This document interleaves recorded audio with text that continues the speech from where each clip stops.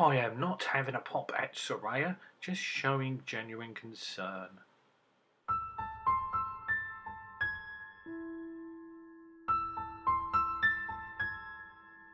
The amazing Athena beats Evelyn Carter by submission. On commentary, we get to know what happened to Yuka Sakazaki. She had to go back to Japan after Athena's attack on her last week for medical attention. But I don't understand, why can't she have it in the United States? Anyhow, this continues their rivalry, which will end, I'm sure, at the Ring of Honor pay-per-view. And I'm going to be a little bit sad when it does, because I've enjoyed this storyline. It's nice to see Willow back, and of course Marina Shafir. But Willow was on the jobber's side, as Nyla Rose pinned Leva Bates to get the win. Oh, and before I forget, Sky Blue was there too. She did a super kick on Nyla. Devlin Macabre brings the attitude against Julia Hart, and once Julia's finished singing to her own theme tune, submits Macabre. My favourite tag team, the Renegade Twins, won the NWA Tag Team Championships, but sadly was soon cheated out of them. But they weren't cheated out of the victory over Lizzie and Peyton Blair. Billy Starks busts open Emi Sakura's nose, and I think this is the third time she's actually hurt her opponent. First was Britt Baker's nose busted open,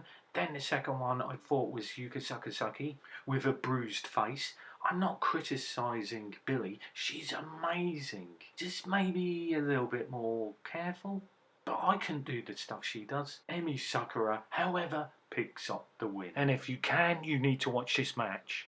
On Dynamite this week, Saraya comes down to the ring, flipping off the crowd. I'm sure that shows a little bit of attitude. However, I'm concerned with her in-ring ability. I never saw her WWE run, so I'm judging her on AEW. Her ability in the ring does seem to be limited. And is that down to her injury or ring rust? If it's ring rust, yeah, get over it. She's tag teaming with Toni Storm. But I think it's more. In this match with Sky Blue, she missed a Cosadora. She couldn't lift Sky Blue. On top of that, she kind of messed up her leg sweep. And I'm not criticising her. This is coming from a place of concern. Sky Blue was coming off the turnbuckles, bouncing off the ropes. Simply amazing. Saraya, no, she seemed really stiff and uncomfortable in the ring, especially when she was putting Sky Blue into the submission hold. After the match, we got the shenanigans again with Toni Storm coming down, and they were going to spray paint Sky Blue.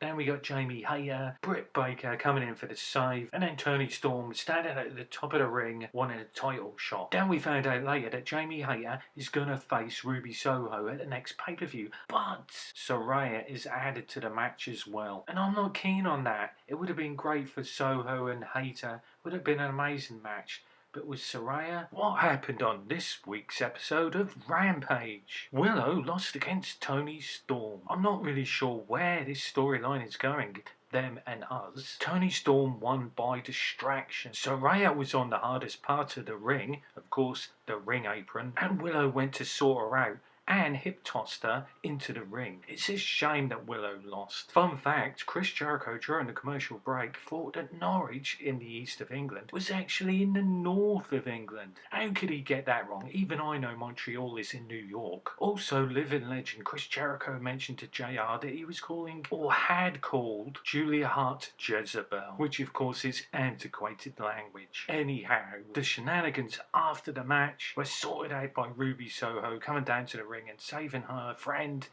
Willow. And at the moment, the women's division only seems to be pushing. And in order, Saraya, Toni Storm, Britt Baker, then Jamie Hayter and Ruby Soho. Anyone else is kind of not really that important or has that much depth. And with Jade, what the heck are they doing with her and that belt? It's like the only people that matter are the ones I've just mentioned. And at least Jade got a promo this week.